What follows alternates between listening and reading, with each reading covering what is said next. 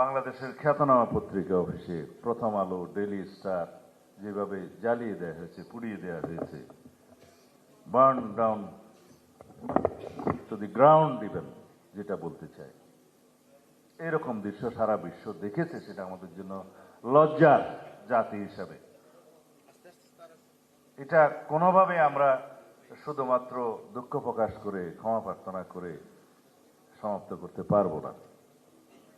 এখানে সরকারের দায়িত্ব ছিল সবচেয়ে বেশি,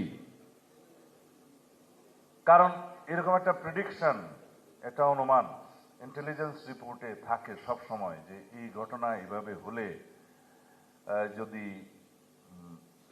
তারপরে কি কি হতে পারে সেগুলো অনুমান করা হয়েছে। আমরাও জেনেছি সেই ইন্টেলিজেন্স রিপোর্ট, কিন্তু সেটা আমলে নেওয়া হলো না কেন?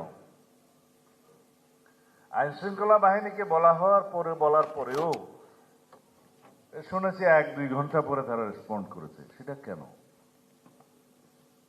কাদের হাতে আমরা এই রাষ্ট্র ব্যবস্থা দেব?